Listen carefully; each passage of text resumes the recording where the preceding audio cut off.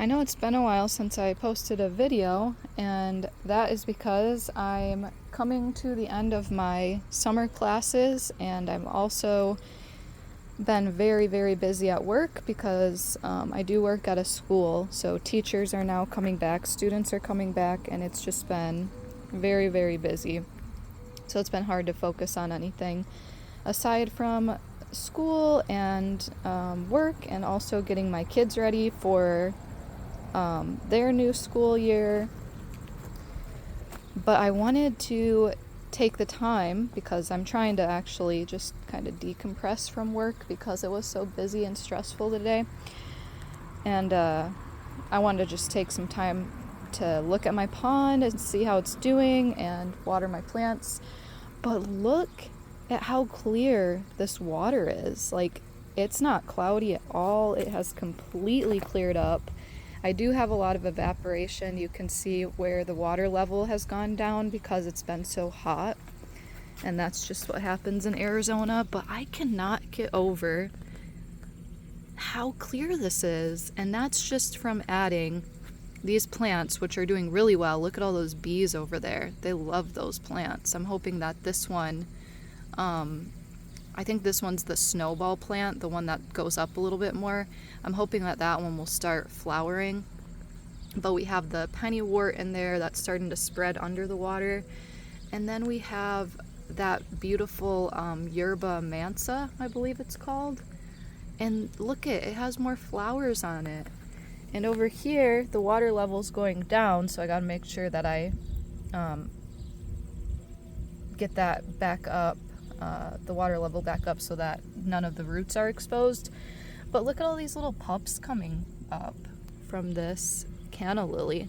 And all this dead bits and pieces are from when it kept falling in the water before I had the pond basket. It has not fallen in the water at all since I've had this. Sorry, the dogs are chasing something all of a sudden. It hasn't fallen in the water at all, and so now we're getting some growth, and I might trim these back. I don't know. I might just leave them and let it do its thing. But I'm seeing a lot of growth, and the water is clear, so that bog filter is really working.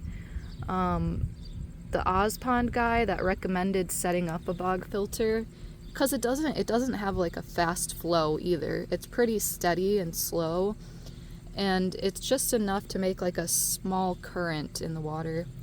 And you'll be able to see too right now my air stones are off, and that's because we have a lot of grass that grew over there, and it's blocking the sun from hitting the solar panel. So look at all these bees. It's so cool how many bees I have over here. I'm really excited about that. Got a lot of guppies in here still. You can see them just doing their thing. I'm not seeing any dead guppies, so that's also a good sign. And I do have like a lot of this at the bottom is just decay and plant matter, but that's all contributing to an ecosystem. Like, I'm starting to get my own little ecosystem, and it's really becoming a pond. Like, I still have a tremendous amount of work to do on it, of course. I still have to fix that bog filter, but it's working and it's really cool. I'm feeling a lot more relaxed out here too, so that's another reason why I wanted to have a pond, is because I could spend, if I had the time, I could just spend hours out here looking at the water, just messing around with the plants and rearranging things, and it's so relaxing to me. So I can't wait until my classes are over and things start to even out at work, and not be so busy, so that I can spend more time with things that I like doing, you know. I got home really late today. That's why, like, hopefully it slows down and I can get home at a decent time and all that, to have more time to do what I want to do. But yeah, I know these are probably kind of boring updates, but I'm just gonna document everything, and I'm sorry if it is boring, but it's pretty exciting to me, just to see, because it's all an experiment, you know? Oh, and it has been so hot out. It's been like 110, maybe even higher than that throughout the day. Right now it's not too bad. I mean, I'm sweating out here just sitting, not doing anything. But the sun is starting to go down, so you don't have that sun blasting down on you. And you know, this pond has a lot of sunshine, and there's no algae. It's not overtaken by green algae. All that at the bottom is just like plant matter. There's algae over there by the pennywort, but that algae came with those plants. That is not something that developed in this pond. That's something that the lady had in her pennywort tank.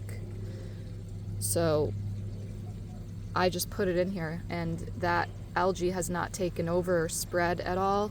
And that is a big concern with ponds too, is algae overgrowth and having that take over your pond. But with the bog filter, I feel like that helps a lot, and I don't know the science behind it, but clearly it does something, and it keeps the water really clear.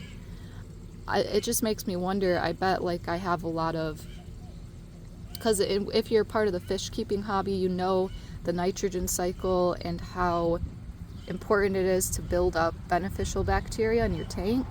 And it really goes through a process and a cycle.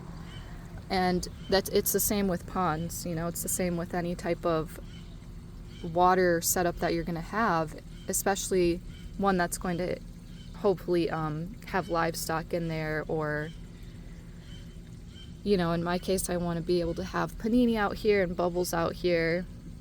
So it's important to know about that process and how it works. And it's so interesting to see it in different settings. Like, I'm used to my small tanks and cycling those, but out here it's different because I got a lot more water, but it still goes through that same or a similar process, at least, of cycling. But I'm gonna cut it off there. My daughter needs me, and I will see you guys in the next one. Hope you're doing well. Bye.